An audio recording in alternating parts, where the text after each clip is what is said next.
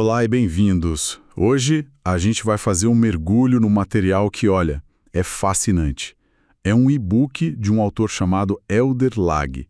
E o título já é um convite. Do lado de fora da caixa existe outra lei. O que me pegou logo de cara foi a postura dele. Ele não se apresenta como um guru, sabe? Alguém com as respostas. Pelo contrário, ele se coloca como alguém que também está na busca, só compartilhando umas observações.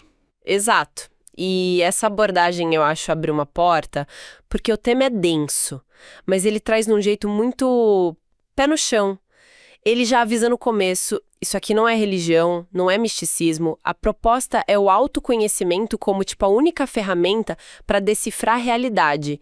E a premissa central é que o mundo de fora é um espelho do nosso mundo de dentro. Perfeito. Então, a nossa conversa aqui hoje vai ser como montar um quebra-cabeça. Primeiro a gente vai olhar as peças, que são 5 leis que ele diz que governam tudo, parecem meio abstratas no começo.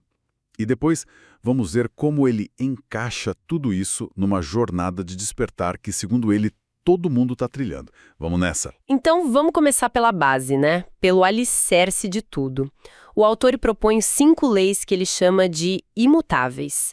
E a primeira é tão, mas tão simples que chega a ser desconcertante.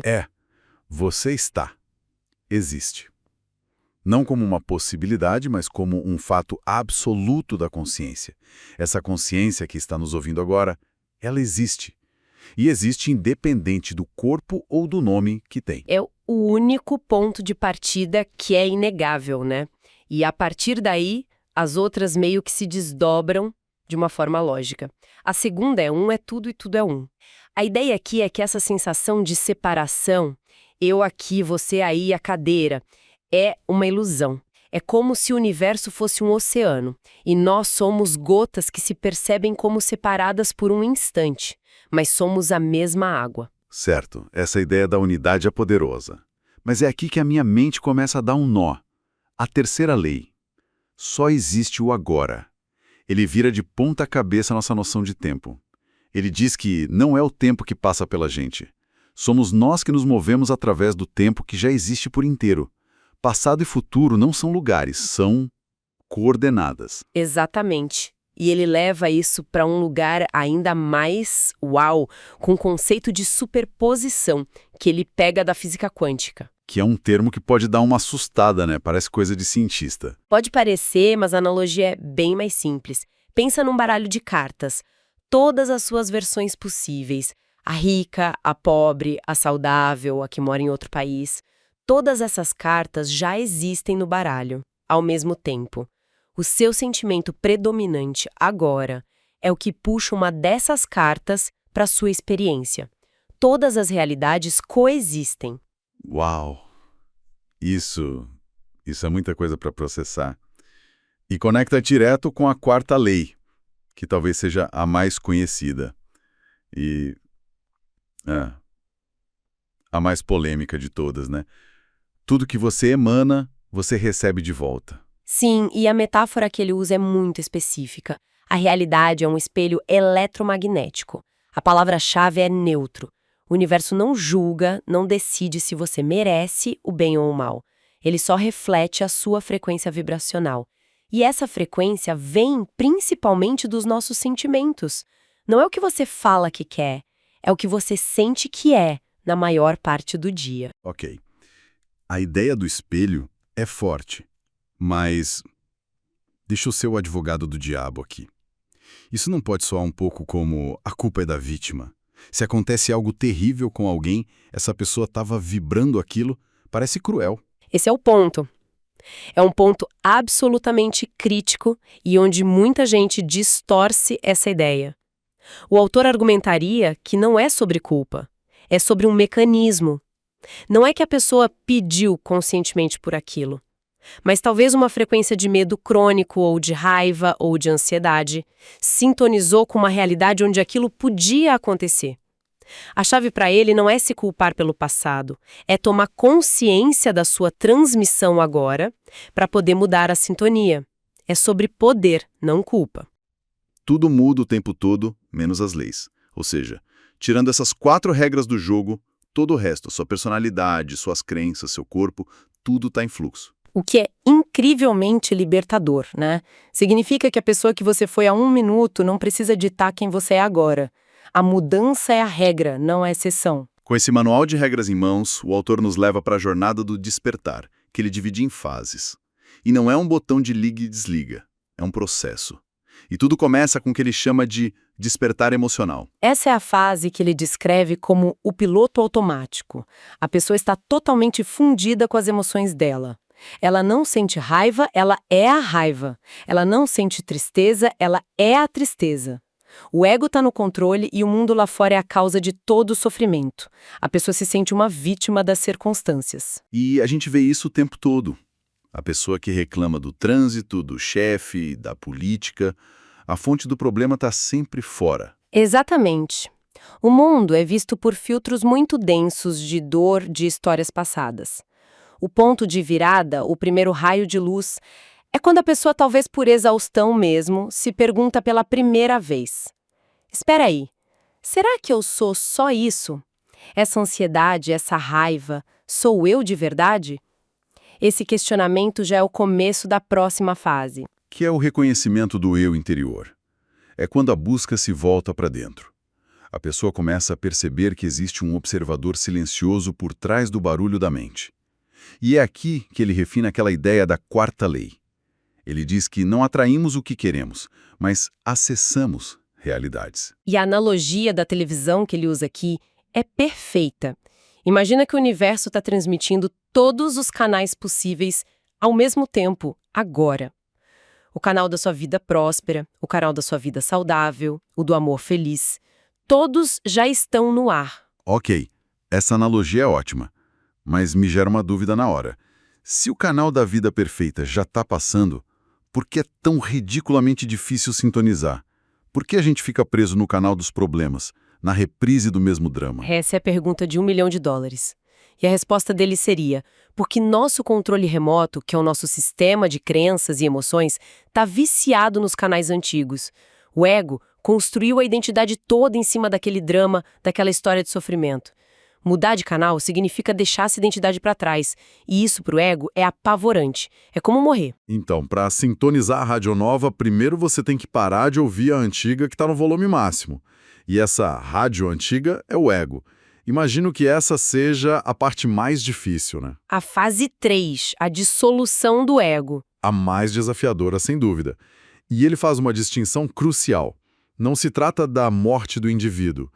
Nas palavras dele, a morte da ilusão sobre quem o indivíduo acreditava ser. É o desmonte dos rótulos. Eu sou engenheiro, eu sou tímido, eu sou de tal partido. Tudo isso começa a ser visto como uma roupa, uma fantasia, não a sua essência. É como descascar uma cebola, camada por camada, até chegar num centro que você nem sabe o que é. Exato. E nesse processo, ele descreve um sentimento muito particular, que ele chama de vergonha espiritual. Que nome forte! Isso é diferente daquela vergonha tóxica que paralisa a gente, imagino. Completamente diferente. É mais como aquele incômodo quando você come um fast food depois de prometer começar uma dieta. Aquele pensamento: puxa, eu sei que posso fazer melhor. Não é uma vergonha que te diminui, é uma vergonha que te impulsiona. É a sua consciência te cutucando, sabe? Dizendo: ei, essa sua atitude, esse seu julgamento já não combina mais com quem você está se tornando. Faz tudo sentido. É reconhecer as próprias sombras, a inveja, o orgulho, não para se culpar, mas para poder transcender. E depois desse grande desmonte do ego, o que acontece? As fases finais se tornam mais uma consequência do que um esforço. Primeiro vem a busca pela verdade, que não é mais uma busca em livros, é um chamado do coração. A pessoa percebe que os outros não são adversários, são espelhos. Aquela pessoa que te irrita está só ativando uma irritação que já morava em você. E isso leva ao estágio final, o surgimento do verdadeiro eu. A vida começa a se realinhar sozinha. É isso. Exatamente. Relacionamentos que não fazem mais sentido se dissolvem. Uma carreira nova pode surgir. Não é uma mudança forçada, planejada. É uma consequência de você não caber mais nos moldes antigos. A vida externa se ajusta à nova consciência interna, Não o contrário. A intuição fica absurdamente mais forte. Todo esse processo, do piloto automático até o verdadeiro eu, nos leva a uma pergunta que o autor guarda para o final. Afinal, o que é a realidade? E a visão dele é bem radical. Ele diz que a gente vive numa prisão dos 5 sentidos. É uma afirmação chocante, né? A gente acha que nossos sentidos são janelas para o mundo, mas ele descreve como filtros, e filtros muito limitados. Eles mostram uma versão minúscula e distorcida da realidade. E ele usa a própria ciência para provar o ponto dele. E quais são os argumentos? São vários. Primeiro, a gente não vê a matéria. A gente vê a luz que os objetos refletem. O objeto em si a gente não vê. Segundo, a gente não toca em nada. Quando você acha que está tocando na mesa, o que você sente é a repulsão eletrostática entre os seus elétrons e da mesa. Tem um espaço vazio ali. Peraí, então quer dizer que eu nunca toquei nada na minha vida. De verdade. De acordo com a física, não. E o argumento final é o mais forte. O átomo, a base de tudo que a gente chama de sólido, é 99,999% espaço vazio. A ironia, segundo ele, é que a pessoa que se diz materialista acredita numa matéria que ela nunca percebeu diretamente com nenhum dos sentidos. Uau! Então, se os sentidos são os muros da prisão, a saída não é física, a saída é interna, é vibracional, é expandir a consciência para perceber o que existe além desses filtros. Exatamente. A libertação não é lógica ou física, é um despertar consciente para a vastidão da realidade que os nossos sentidos não captam. Ok, vamos tentar amarrar tudo isso. A jornada que o Elder Lagues descreve é, no fundo, sobre limpar a lente pela qual a gente vê o mundo. A gente começa com uma lente toda suja e embaçada pelo ego, que nos faz sentir como vítimas, sempre reagindo. E aos poucos, com autoconsciência, a gente vai limpando essa lente até enxergar uma realidade interconectada, inteligente, com propósito. E o conceito da caixa, do título, amarra tudo perfeitamente. A nossa programação padrão do ego e dos sentidos filtra tudo com uma pergunta constante: o que eu ganho com isso? Essa pergunta cria separação, o eu contra o mundo. Isso é estar na caixa. Fora da caixa, segundo ele, opera a lei fundamental do universo, a lei da doação. O sol não pergunta o que ganha para brilhar. Despertar é expandir a consciência para além dessa programação egoísta e começar a operar por essa outra lógica. O que nos deixa com uma reflexão final, uma pergunta que o autor propõe e que é muito mais profunda do que parece. A questão mais importante não é ficar se perguntando o que é real. A verdadeira pergunta, aquela que fica ecoando, é: quem somos nós quando a lente do ego e dos sentidos é finalmente limpa? Uma jornada que muita gente descreve, mas que é difícil de articular, sabe? O despertar espiritual. Exatamente. A ideia não é ser uma fórmula. Não mesmo. É mais um mapa. Um mapa que cada pessoa vai usar para navegar por um território que é só seu. E o mais importante desse mapa, acho que vale frisar, é que não existe um caminho único, nem uma velocidade certa. Certo. Algumas pessoas podem, acampar numa fase por anos, outras pegam um atalho. O ponto central é a transformação pessoal, cada um no seu ritmo. E essa jornada, segundo o modelo que a gente está analisando, ela começa onde? Começa num lugar que, todo mundo conhece bem. O emaranhado das nossas próprias emoções. O ponto de partida é o tal do despertar emocional. Isso. A descrição é de uma pessoa que vive quase que fundida com os próprios sentimentos, com os pensamentos. O ego no controle total. Total. Soa como viver no piloto automático. Quase como ser um passageiro no próprio carro, sabe? Reagindo às curvas da estrada sem nunca nem tocar no volante. É uma ótima analogia. E o combustível desse piloto automático é a reação. Ah. A pessoa não sente que está criando a própria vida, ela sente que a vida acontece com ela. Nossa. E isso gera um terreno muito fértil para raiva, para defensividade, para aquela sensação de ser vítima da circunstância, sabe? Tudo é pessoal. Tudo. Cada evento externo é processado por um filtro muito, muito denso de experiências passadas, de crenças que nunca foram questionadas. E isso cria um ciclo, eu imagino. Se a pessoa acredita que não tem controle, cada coisinha que dá errado confirma essa crença. Exato. O que é deixar ainda mais reativa e com menos controle ainda. E essa visão de mundo tão focada em si mesma deve dificultar muito a empatia, né? A capacidade de se colocar no lugar do outro. Com certeza. Fica quase impossível entender a perspectiva de outra pessoa quando a sua própria narrativa interna está gritando o tempo todo. Não tem espaço. Não tem espaço. Empatia genuína exige um certo silêncio mental, sabe? Uma quietude para de fato ouvir o outro. E nesse estágio, esse espaço simplesmente não existe. Ele tá ocupado pelo ruído do próprio ego. Tá. Então, o que precisa acontecer para alguém começar a questionar esse piloto automático? Qual é o gatilho que faz a pessoa olhar para o volante e pensar, ué, será que sou eu que dirijo isso aqui? Geralmente, é um momento de ruptura. Uma crise? Uma crise. Pode ser a perda de um emprego, o fim de um relacionamento, ou até um momento de profundo vazio, sabe? Quando a pessoa conquista tudo que achava que queria E nada. e nada. A infelicidade continua ali. É um momento de chega. A pessoa começa a se perguntar, tem que ter algo mais do que isso? Essa pergunta. Essa simples pergunta, essa faísca de curiosidade sobre as próprias crenças, ela é a chave. É a chave que abre a porta para a próxima fase. E essa próxima fase, nossa, parece ser a mais intensa de todas. O material chama de dissolução ou morte do ego. Sim. O nome por si só já é bem assustador. É um termo forte e por um bom motivo, mas é importante dizer. Não se trata de um fim literal, claro. Certo. É sobre o desmantelamento da identidade que a gente construiu. Pense em todas as etiquetas, todos os rótulos que a gente usa para se definir. Nossa profissão, nacionalidade. Opiniões políticas, nosso papel na família. A morte do ego é o processo de perceber que nós não somos essas etiquetas. Elas são só, tipo, roupas que a gente veste. Faz sentido, mas isso me parece um processo psicologicamente arriscado. Se você passa a vida inteira se identificando como, sei lá, um advogado bem-sucedido, e de repente essa identidade se dissolve, o que sobra? É uma observação crucial. Isso não pode levar a um estado de confusão total, de niilismo? A fonte fala dos perigos disso. Sim, e o processo pode sim ser muito desorientador, até angustiante.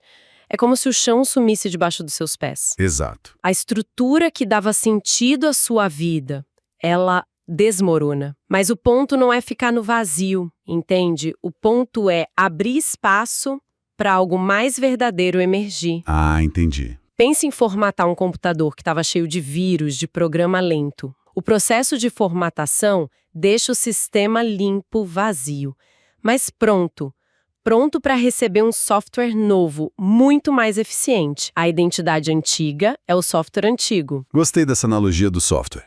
Então não é sobre se apagar, mas sobre fazer um upgrade. Exatamente, um upgrade. E eu imagino que esse upgrade mude completamente a forma como a pessoa vê o mundo. Completamente. As coisas que antes pareciam, nossa, importantíssimas, status, aprovação dos outros, bens materiais, elas começam a perder o brilho. Perdem o valor. Perdem. E, em contrapartida, atividades que talvez fossem secundárias, como um hobby, passatempo na natureza ou explorar práticas espirituais, essas coisas ganham uma nova e profunda relevância. É um realinhamento de valores, um realinhamento fundamental. E esse realinhamento interno, ele inevitavelmente leva a uma busca externa, certo? Depois de desconstruir quem você não é, a pergunta óbvia vira: tá, então, quem eu sou? Exato. E uma vez que esse eu antigo é desmantelado, fica um vácuo. E a natureza humana detesta o vácuo. Sim.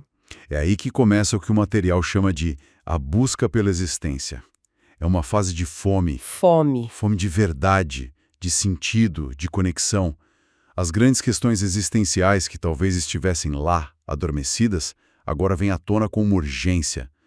Uma urgência que não dá para ignorar. É quase como se a pessoa virasse uma detetive. Investigando o maior mistério de todos, a própria existência. E essa investigação é ativa, né? As pessoas não ficam só sentadas esperando uma revelação. Elas vão atrás. Muito proativa. Mergulham em livros, procuram mentores, experimentam meditação, yoga, retiros de silêncio. É uma busca muito, muito proativa. É descrita como uma jornada do coração porque não é só uma busca intelectual por respostas, sabe? Não é sobre acumular conhecimento. Não. Não se trata de acumular fatos. Trata-se de encontrar um conhecimento que ressoe num nível mais profundo, que traga uma sensação de clareza, de paz. A pessoa está tentando encontrar as peças de um quebra-cabeça que ela nem sabia que estava montando. E cada peça encontrada, um livro que muda a sua perspectiva, uma conversa que ilumina, uma prática que te centra, tudo isso deve alimentar ainda mais a busca, né? Sim, é um ciclo virtuoso de descoberta. Vira um motor. É uma fase de grande expansão da consciência. O mundo parece que se abre, cheio de novas possibilidades, novas perspectivas que antes eram invisíveis. A pessoa está ativamente reunindo as ferramentas e os materiais que precisa para construir uma nova fundação para a vida. Uma fundação baseada em algo mais sólido do que as areias movediças do ego. E o que acontece quando peças suficientes desse quebra-cabeça são encontradas? A imagem começa a se formar. E essa imagem que emerge é o que chamam de verdadeiro eu. E aí vem a fase seguinte, o surgimento do verdadeiro eu. Isso. E o principal sintoma dessa fase é uma espécie de alergia à inautenticidade. Alergia? Fica fisicamente desconfortável fingir, agradar aos outros ou participar de situações que não estão alinhadas com essa nova consciência. Nossa, isso deve criar um atrito social gigantesco. Muito. De repente, a pessoa não consegue mais ter aquela conversa superficial no trabalho. Não consegue ir no jantar de família e fingir que concorda com tudo. A máscara social que todos nós usamos em algum grau. Começa a rachar. Começa a rachar e a cair. Exatamente. Isso força mudanças externas bem concretas. É aqui que as pessoas mudam de carreira, terminam relacionamentos longos ou até se mudam de cidade. Coisas que antes eram toleráveis. Se tornam insuportáveis, como um emprego que paga bem, mas que drena a alma. Não é por capricho, é uma necessidade. Uma necessidade de alinhar o mundo externo com a nova realidade interna. E o processo de limpeza, imagino, não é só externo. A poeira que estava debaixo do tapete emocional também precisa ser varrida, né? Sem dúvida. É um momento de profunda cura interna. Traumas antigos, feridas emocionais, padrões de comportamento negativos. Tudo vem à tona. Tudo vem à superfície para ser visto, compreendido e liberado. Pode ser um período de grande instabilidade emocional, com altos e baixos bem intensos, porque é literalmente um processo de desintoxicação da alma. E a fonte menciona que o corpo físico também participa dessa desintoxicação. Sim. Essa ideia de que o corpo reage a essa mudança de consciência é fascinante. É algo puramente psicossomático ou é algo mais sutil? A linha entre os dois fica muito, muito tênue aqui. O material sugere que à medida que a vibração energética da pessoa muda, o corpo precisa se ajustar. Se recalibrar. Se recalibrar. E isso pode se manifestar de várias formas. Uma sensibilidade maior a certos alimentos, sonhos extremamente vívidos, lúcidos, Uau! um aumento repentino da intuição ou até sensações físicas incomuns. É como se os sentidos se aguçassem, sabe? Captando informações que antes passavam despercebidas. É uma recalibração completa do sistema.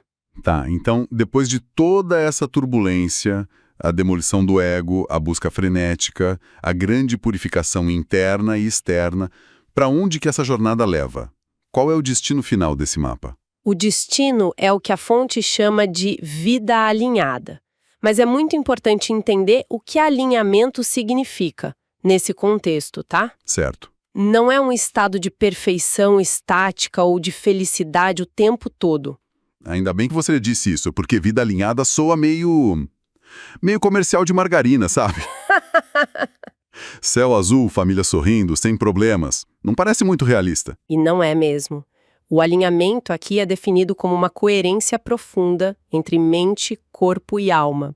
É viver de uma forma que é fiel a quem você realmente é em todos os níveis. E a base para isso? A base é uma profunda autoaceitação, autocompaixão. É aprender a ser gentil consigo, a perdoar as próprias falhas, a se acolher nos momentos de dificuldade. E essa gentileza, uma vez que ela é cultivada internamente, ela começa a transbordar para as relações com os outros, certo? Inevitavelmente. Quando você para de se julgar com tanto rigor, automaticamente para de julgar os outros da mesma forma. Faz sentido. Você começa a entender que todo mundo está na sua própria jornada, fazendo o melhor que pode com o nível de consciência que tem. A compaixão deixa de ser um esforço e vira um estado natural de ser. Você se torna sua própria fonte de apoio em vez de buscar validação fora. E os desafios da vida? Eles não desaparecem.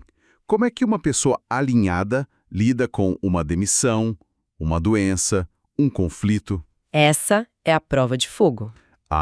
O verdadeiro teste do alinhamento não é a ausência de desafios, mas a capacidade de navegar por eles mantendo a paz interior.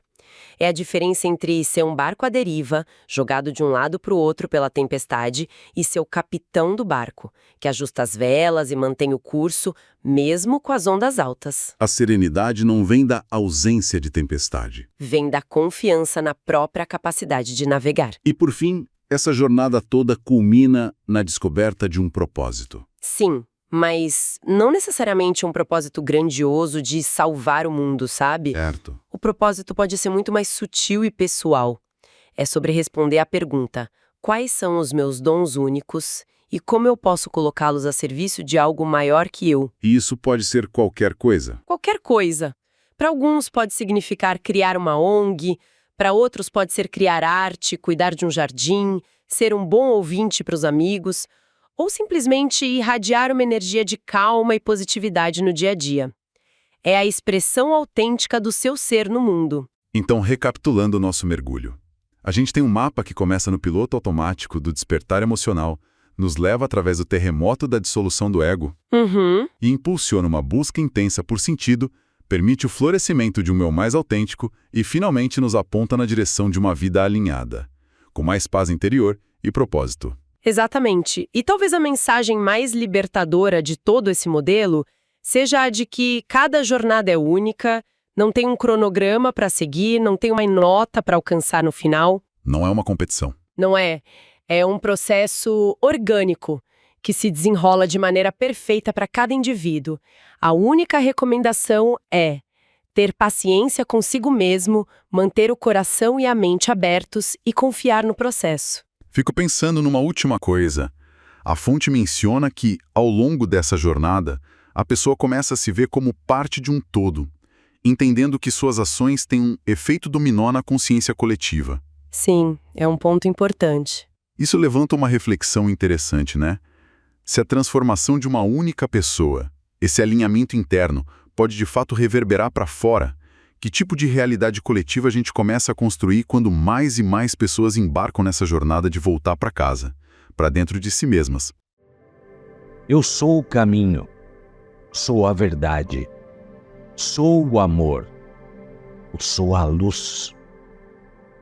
Eu sou o poder dentro de mim, para trazer a fonte de Deus a todos aqueles que estão prontos para recebê-la. Eu sou o guerreiro da luz. Eu sou leve. Eu sou o amor expressado aqui no planeta. Expressado como a consciência crística aqui no planeta. Novamente, para todos aqueles que estão prontos para recebê-lo. Eu sou o caminho. Sou aquele que vem antes para mostrar o caminho aos que vêm depois. Sou o que sou. E saibam que cada um de vocês é desse jeito, dessa verdade, dessa vida, dessa luz. Deixo vocês agora em paz, amor e unidade. E que continuem avançando, sempre avançando. Avançando juntos como um coletivo. Juntos como indivíduos dentro do coletivo. Deus em um e um em Deus, avançando sempre.